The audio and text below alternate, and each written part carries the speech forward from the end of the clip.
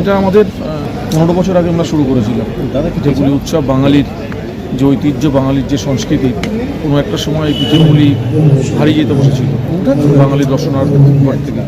আমরা চেষ্টা করেছি আমাদের যে নেক্সট জেনারেশন, পরবর্তী প্রজন্মকে এই পিঠেপুলি সম্বন্ধে সম্যক ধারণা দেওয়া। এবং আজকে অত্যন্ত ভালো খবর এটা যে রাজডাঙ্গা পিঠেপুলি মাঠে যে পিঠেপুলি উৎসবের সূচনা হয়েছিল, তারপর থেকে পশ্চিমবঙ্গ এবং সারা কলকাতা শহরের বিভিন্ন জায়গায় পিঠেপুলি উৎসব হচ্ছে আজকে।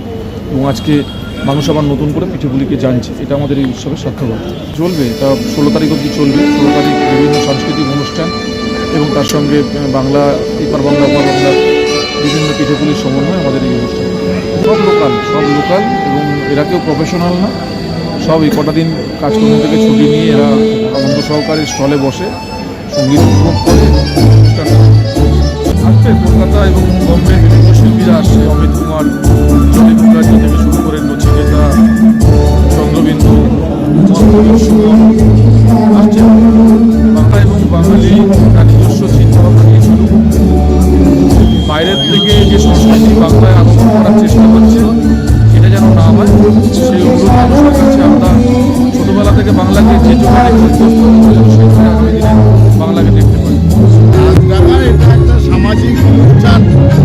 এখানকার অতি সক্রিয় এবং সুযোগ্য পুরপিতা স্বরূপ এটা প্রত্যেক বছর করে এবং স্থানীয় জনগণ, সাধারণ মানুষ সবাই উপভোগ করে, উৎসব করে। তার মধ্যে পুলিশকে একটা কারণ মানুষের উৎসব, মানুষ উপভোগ করে। এবং এর কাণ্ডারি হচ্ছে ঘোষ বা স্বরূপ ঘোষ, এখানকার সমস্যা যিনি অতি জনপ্রিয় এই অনুষ্ঠান। সামনের দিনেও যে সে এটাকে এগিয়ে নিয়ে যাবে আমরা নিঃসন্দেহ। সব থেকে বড় কথা, আজকে বিবেকানন্দের জন্মদিন। এই শুভ দিনে এই রাজডাঙ্গার উৎসব, পৌষ পার্বণের উৎসব, উৎসব, মানুষের মনের উৎসব শুরু হচ্ছে।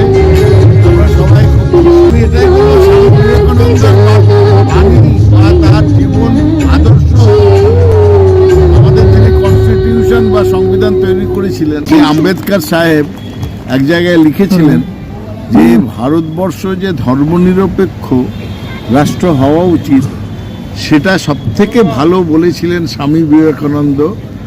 হিন্দুবাদী হলেও তিনি বলেছিলেন ভারতবর্ষ এমন একটা দেশ, সেখানে ধর্ম নিরপেক্ষতা অনিবার্য এবং সেটাই হওয়া উচিত। মানবতার ধর্ম হবে এখানে, আর ধর্মান্ধতা তাকে বর্জন করে ভারতবর্ষের শাসন ব্যবস্থা করতে হবে। এই কথাটা আজকে কিন্তু বিজেপির লোকজনদের বারবার মনে করা উচিত। যদি তারা বিবেকানন্দকে সত্যি শ্রদ্ধার্ঘ্য জানায়, তাহলে স্বামী বিবেকানন্দের এই ধর্মনিরপেক্ষতার বাণীটাকে তাদের বারবার মনে করা উচিত।